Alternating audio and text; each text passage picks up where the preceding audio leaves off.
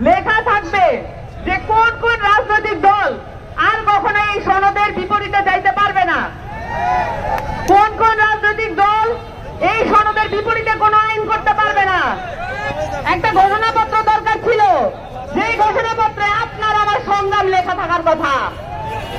আপনারা এই গণঅভ্যুত্থানের সময় যেই ত্যাগ করছেন, যেই ত্যাগ আপনাদের লেখা থাকার কথা, সেইটার একটা স্মারক, সেটার একটা দলিল মাত্র আমরা চাইছিলাম। সেইটাকে আমরা পাইছি? এখন সেইটাকে আদায়ের কাজ শুধুমাত্র একটা রাজনৈতিক দলের? অন্যান্য সকল রাজনৈতিক দল নামে নাই? নাম ছিল। তাহলে তাদের কি কোনো দায়িত্ব নাই? কিন্তু দেখবেন শুধুমাত্র নির্বাচন কেন্দ্রিক সকল ধরনের আলোচনা। এখন এই নির্বাচন কেন্দ্রিক আলোচনার মধ্যে গোপালগঞ্জে আইল্যান্ড বানায় ফেলছে।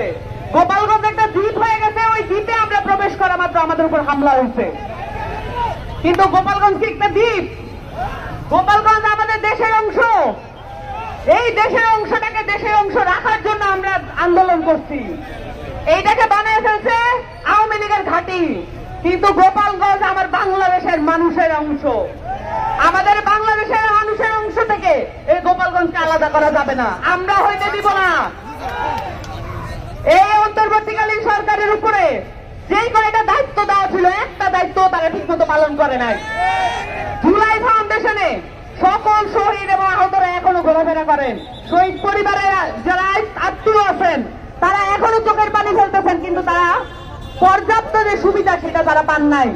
কয় কোটি টাকা লাগে তাদেরকে পুনর্বাসনের ব্যবস্থা করতে, কিন্তু তারা সেটা ব্যবস্থা করতে পারেন নাই। এই অন্তর্বর্তীকালীন সরকার পুরা বাংলাদেশের পুরো গণঅভ্যুত্থানের নির্বাচনের একটা ম্যান্ডেট বানায় ফেলছে। এটা কি নির্বাচনের ম্যান্ডেটের জন্য আমরা করছিলাম? আওয়ামী লীগের সবাই বিএনপি আসবে সেই জন্য কি আমরা করছিলাম? আমরা গণঅভ্যুত্থানের জন্য করি নাই। আমরা গণঅভ্যুত্থান করছিলাম পুরো কাঠামো আমরা পরিবর্তন করে ফেলাবো। আপনাকে এই জন্য করছিলেন। কিন্তু কাঠামো পরিবর্তনের বদলে আজকে আমার প্রধান উপদেষ্টা, বাংলাদেশের প্রধান উপদেষ্টা সোহেল তাদের সাথে দেখা করছেন। আপনারা সবাই দেখছেন সেটা? আওয়ামী লীগের কোন রিকন্ডিশন স্কিম যদি বাংলাদেশে নামানোর চেষ্টা করা হয়, সেইটা আমরা গণঅভ্যুত্থান দিয়ে আবার উড়াই ফেলবো। আওয়ামী লীগের কোন বিকিমও বাংলাদেশে থাকতে পারবে না। কোন রিকন্ডিশন আওয়ামী লীগ, কোন রিকনসিলিয়েশন আওয়ামী লীগের সাথে হবে না। কালকে যারা যারা গোপালগঞ্জে যা দেখাইছে, এরপরে আওয়ামী লীগের নাম এখানে উচ্চারিত হইতে পারবে না। আপনারা সকলে এনসিপির যত নেতা নেত্রী আছে তাদেরকে দেখতেছেন আপনাদের দ্বারে দ্বারে যাইতে। আপনারা প্রাণ ভরে তাদেরকে আশীর্বাদ এবং দোয়া করবেন, যেন তারা আপনাদের কথাগুলো বলতে জানে, আপনাদের সুখ দুঃখের কথা আমরা যাতে বলতে পারি, এবং আমরা যেন কখনো এই পথ থেকে বিচ্যুত না হই। আমি আগেও বলছি, আবারও বলতেছি, গণ অভ্যুত্থান হয়ে গেছে, কিন্তু বিপ্লবটা এখনো বাকি আছে। আপনাদের সকলকে আমার প্রাণের অন্তঃস্থল থেকে আপনাদেরকে ধন্যবাদ জানাচ্ছি।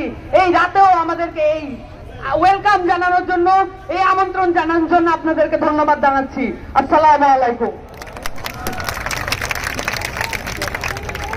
বন্ধুগণ।